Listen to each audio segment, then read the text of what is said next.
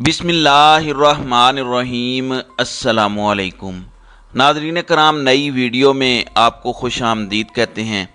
कल पार्लियामेंट में जो तकारीर हुई हैं वो तकारीर नहीं, धमकियां थीं जो चीफ जस्टिस ऑफ पाकिस्तान को दी गई, और खुलकर धमकियां थी। इसहाक डार आया और उसने आकर कहा कि जो मर्जी हो जाए, चीफ जस्टिस को खुलकर वो धमकियां देता रहा। उसने कहा कि जो मर्जी हो जाए, हम किसी सूरत पैसे इशू नहीं करेंगे, ये अवाम का पैसा है, तुम कहते हो पैसा इशू कर दें, नहीं करेंगे हम पैसा इशू।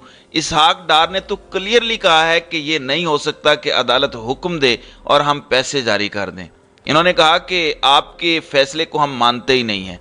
इसहाक डार ने कहा कि आप आइन से इनहिराफ कर रहे हैं, आप हमें ये कह रहे हैं कि आपका हुक्म मान लें।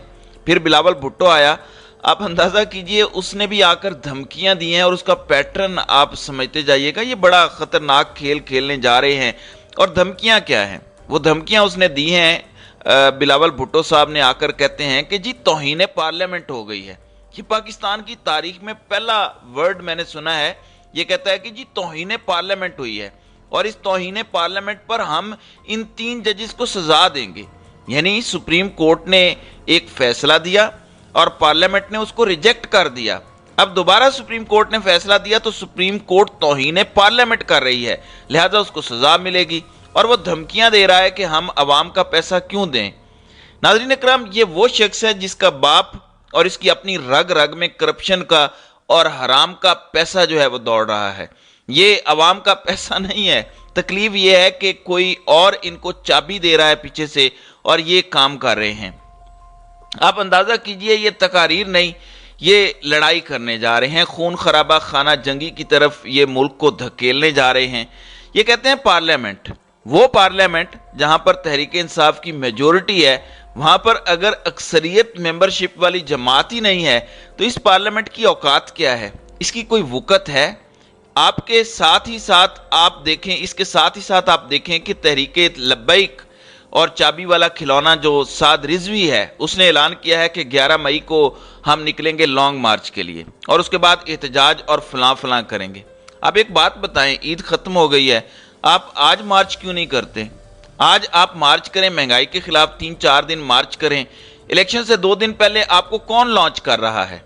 इमरान रियाज ने इस पर बड़ी क्लियरली बात की है कि और उन्होंने कहा है कि इनको इस्टेब्लिशमेंट ने लॉन्च किया है और इस्टेब्लिशमेंट के इशारों पर ये नाच रहे हैं, क्योंकि 14 तारीख को इलेक्शन है पाकिस्तान में और इनको लॉन्च किया गया है 11 तारीख को, ताकि 2-3 दिन मार्च करके पूरे मुल्क में अच्छी तरह से ये फसाद डालें।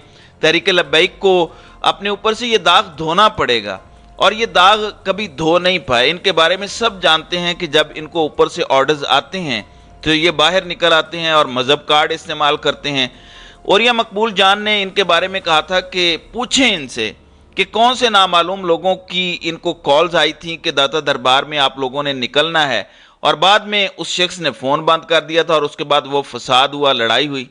ये दीन के नाम पर मंजन बेचना छोड़ दें। अब लोगों को अच्छे से पता है कि आप किस कुमाश के लोग हैं, आपकी चाबी कौन भरता है। यानी इनसे पूछें कि आपने पंजाब में इलेक्शन नहीं लड़ना। यानी होना तो ये चाहिए कि आप कहें कि हम इलेक्शन लड़ना चाहते हैं, हम आएंगे लड़ने के लिए। आप 11 मई को आ रहे हैं मार्च के लिए। अगर खुदा ना खास्ता इनके मार्च के अंदर हालात ख़राब हो जाते हैं, जो कि करने की कोशिश की जाएगी, उसकी आड़ में एमरजेंसी ये मुल्क में लगा देंगे कि वो हम तो पहले ही कह रहे थे कि मुल्क के अंदर हालात ख़राब हैं, ये अब हो गया है, और इसके बाद मुल्क में एमरजेंसी लगा दें कि अब ये मुल्क इलेक्शंस के काबिल नहीं है। हमने तो पहले ही रिपोर्ट्स दी हुई थी। आपको आखिर निकलने की ज़रूरत क्या है? आप रमज़ान से पहले भी यही ड्रामे करते आए हैं, मगर एंड टाइम पर अब जब इलेक्शन की डेट का ऐलान हुआ तो आप मार्च का ड्रामा कर रहे हैं। इलेक्शन हो, इलेक्शन के बाद आप निकलें या आप पहले निकल आएँ। आपको तो चाहिए आप इलेक्शन में पार्टिसिपेट करें और पार्टिसिपेट करके सीटें जीतें। पता चल जाएगा सबको कि मामला क्या है। एन मौके पर कह रहे हैं कि जी हम आ रहे हैं धरने के लिए, एहतजाज के लिए। इधर से आप अंदाज़ा करें कि इन्होंने रशिया से सस्ता तेल का ऑर्डर किया हुआ है। अब प्लान क्या चल रहा है कि ये बाहर निकलेंगे, इधर से सस्ता तेल आएगा, उसकी आड़ में तेल थोड़ा सस्ता हो जाएगा, तो उसके बाद ये कह देंगे कि देखा हमने एहतजाज किया और हम एहतजाज के लिए निकले तो ऐसा हो गया। तो ये क्या तमाशा चल रहा है? हो क्या रहा है कि आप इतनी सूरत हाल जानबूझकर ख़राब कर रहे हैं। اب ایک چیز کلیئرلی کھل کر آ رہی ہے جو بڑی خطرناک ہے، وہ یہ ہے کہ آپ ملک کو فساد کی طرف لے جا رہے ہیں۔ کون کون لے جا رہا ہے؟ وہی جو الیکشن نہیں کروانا چاہتے ملک میں، جو الیکشن روکنے کے لیے فساد مچانے کو تیار ہیں، جو پارلیمنٹ میں کھڑے ہو کر تقریریں کر رہے ہیں۔ اس پارلیمنٹ کی اوقات ہی کیا ہے جس میں اکثریت والی جماعت ہی نہیں ہے؟ آپ نے عوامی مسلم لیگ جو شیخ مجیب الرحمان تھے ان کو دیوار سے لگایا اور ملک ٹوٹ گیا۔ بعد میں جو ڈاکومنٹس ڈی کلاسیفائیڈ ہوئے ہیں اس میں کلیئرلی پتا چلا کہ یحییٰ خان 4 مہینے پہلے، یعنی 4 مہینے پہلے وہ بدکار شرابی زانی شخص امریکہ کو کمٹمنٹ دے چکا تھا کہ ہم نے پاکستان توڑ دینا ہے، ہم بنگلہ دیش کو اپنے ساتھ نہیں رکھنا چاہتے، اور ڈرامہ قوم کے ساتھ کیا کرتے رہے۔ یہ تو اب امریکی ڈاکومنٹس ڈی کلاسیفائی ہو چکے ہیں، سب کو پتا چلا ہے۔ بعد میں پتا چلا ہے کہ ہوا کیا ہے، وہ تو پہلے ہی کہہ رہے تھے کہ ہم نے ملک الگ کر لینا ہے، اور قوم کو کہتے رہے کہ جی ہم لڑنے جا رہے ہیں۔ یہ ان لوگوں کا حال ہے۔ آج تک جن لوگوں نے ملک توڑا ان کو سزا ہوئی؟ بتائیں تو صحیح کن کو سزا ہوئی؟ تو یہ اب دوبارہ ملک کو تباہی کی طرف لے جا رہے ہیں، اور کوئی ان سے پوچھنے والا نہیں ہے کہ چل کیا رہا ہے، ملک کی صورتحال کیسی ہے، الیکشن کیوں روکے جا رہے ہیں۔ آپ اندازہ کیجئے، وہ آگے سے اسحاق ڈار کہتا ہے کیوں دیں تمہیں پیسہ، ہم یہاں پر ڈیسائیڈ کریں گے کہ عوام کے پیسے کا کرنا کیا ہے۔ یعنی یہ مانتے ہی نہیں ہیں قانون کو، اور یہ سب کیوں کر رہے ہیں؟ صرف ایک عمران خان کی نفرت میں۔ یہ رجیم چینج آپریشن کیونکہ بری طرح کمپنی کا فلاپ ہو گیا، بجائے غلطی مان کر کہ آپ پیچھے ہٹیں، اس سائیکوپیتھ انسان جنرل باجوہ کی وجہ سے پورے کا پورا ملک کا بیڑا غرق ہو گیا۔ بجائے اس کے کہ آپ پیچھے ہٹ جائیں، بجائے اس کے کہ آپ یہ کہیں کہ ٹھیک ہے ہم اس صورتحال میں نہیں جانا چاہتے، غلطی ہو گئی، غلطی سدھار لیں، ملک کو آگے لے کر چلنا ہے، نہیں، اس پر ڈٹ گئے ہیں کیونکہ لندن پلان پورا کرنا ہے۔ نواز شریف نے 2 باتیں کہیں، یا تو 14 مئی کے الیکشنز ملتوی کروا دو یا پھر مجھے جتوا دو۔ جتوا یہ سکتے نہیں کیونکہ 10% پاپولیرٹی کے ساتھ آپ کسی کو کیسے جتوا سکتے ہیں۔